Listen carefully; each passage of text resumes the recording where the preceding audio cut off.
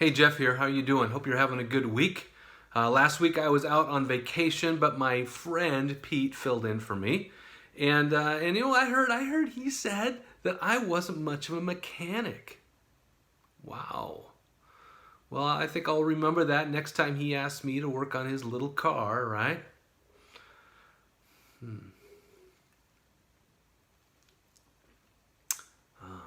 That's refreshing right there. Listen, it's time for my COVID car care tip of the week, and this week let's give a little love to our transmissions. Think about it. When was the last time you changed the fluid in your transmission? Do you remember? Have you ever? Listen, you know how expensive it is to have guys like me rebuild your transmission? I mean, you can keep me in business all you want, but there's another way to go. Listen, you take care of your transmission, and your transmission is going to take care of you.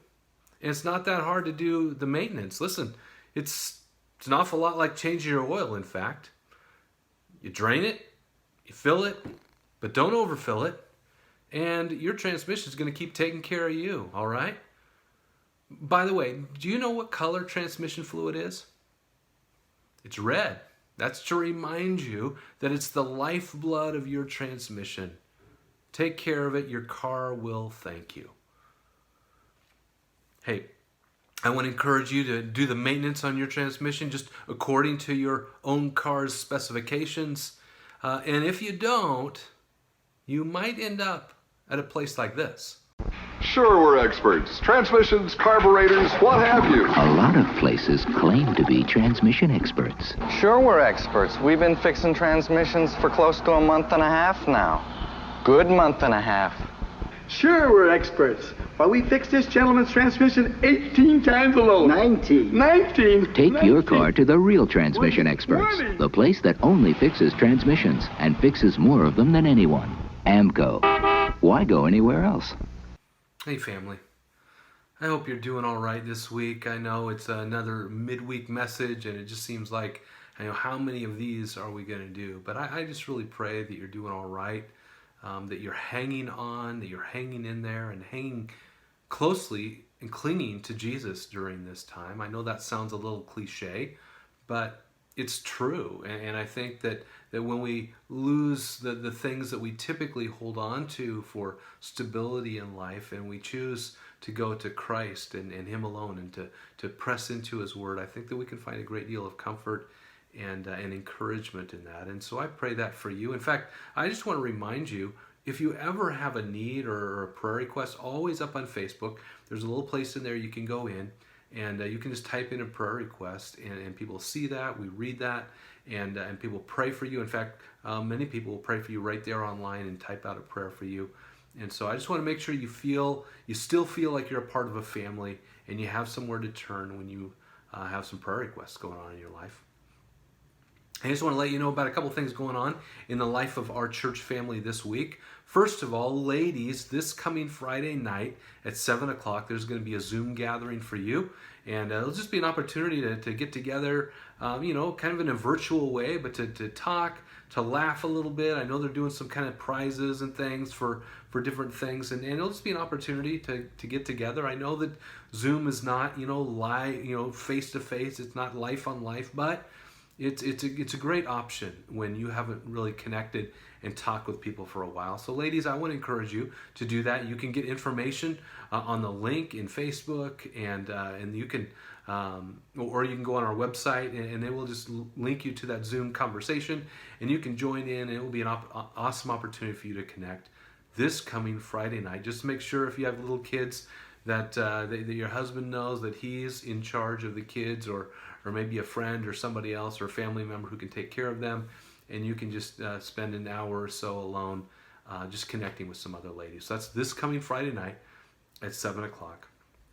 I also want to let you know this coming weekend in our church service, this coming Sunday, we're going to be doing communion. All right, and kind of like what we did on Good Friday, communion will be taken together separately, right? So you're going to need to gather the elements at your house this week for Sunday. So get some crackers, some bread or something, get some juice or some wine or whatever you want to use in order to partake in communion. And then in the service this Sunday, I'm just going to lead us through a time where we're going to eat the bread and drink the cup and remember Jesus. And we'll do that together. I think it's an important thing to keep doing that and remembering really our hope in all of this. So that's coming this Sunday. So make sure that if you don't have it around the house, you get to the store or whatever and have the elements you need to partake in communion this coming Sunday. I think that's it for announcement things, but I did want to take a moment on this midweek to give you just a couple of thoughts. Things have been running through my heart and my mind. And one of those is this. I've been hearing a lot of people talk these days about fairness, right? Specifically, that it's not fair, that our current circumstances and what's going on in our world and people being out of work and all that it's not fair. Now, I don't want to talk right now about fair or not fair. I mean, the reality is, I'm sure that it's not fair. It's not fair for everybody. And some of us feel that more than others.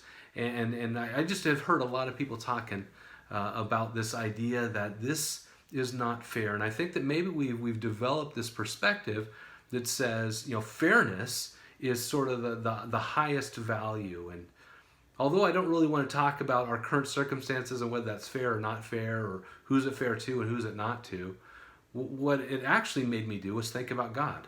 It made me think about this. God, are you fair? And you know what? As I thought about that, I'm not so sure he is. Now, we know that God is just, but is he fair? Does he have the same value and passion about fairness, at least in the way we do and the way we see fairness? Well, Jesus actually talked about that. He told a parable one time. It's the parable of the workers in the vineyard. And although this parable has nothing to do with our current circumstances in life, the idea of fairness just kind of came to my heart and my mind. And in Matthew chapter 20, Jesus tells this parable, and it reveals to us God's heart when it comes to this issue of fairness, right? And so it's a fairly lengthy passage, but I want to read it for you, and hopefully it will just be a reminder and even an encouragement to us about the fairness of our God. And so it says in Matthew chapter 20, verse 1, it says, "For the kingdom of heaven is like a master of a house who went out early in the morning to hire laborers for his vineyard. After agreeing with the laborers for a denarius a day, he sent them into his vineyard. And going out about the third hour, he saw others standing idle in the marketplace. And to them he said, 'You go into the vineyard too, and whatever is right I will give you.' So they went. Going out again about the 6th hour and the 9th hour, he did the same thing. And about the 11th hour, he went out and found others standing. And he said to them, 'Why do you stand here idle all day?' And they said to him, 'Because no one has hired us.' He said to them, 'You go into the vineyard too.' And when evening came, the owner of the vineyard said to his foreman, 'Call the laborers and pay them their wages, beginning with the last up to the first.' And when those who had been hired about the 11th hour, very end of the day, when they came, each of them received a denarius. Now when those hired first came, they thought they would receive more. But each of them also received a denarius. And on receiving it, they grumbled at the master of the house, saying, 'These last workers only worked an hour, and you have made them equal to us, who have borne the burden of the day and the scorching heat.' And he replied to one of them, 'Friend, I am doing you no wrong. Did you not agree with me for a denarius? Take what belongs to you and go. I choose to give to these last workers as I give to you. Am I not allowed to do what I choose with what belongs to me? Or do you begrudge my generosity? So the last will be first, and the first will be last." That's one of those parables that I think we're uncomfortable with. I think we look at that and say, whoa, whoa, whoa, God, that's not fair.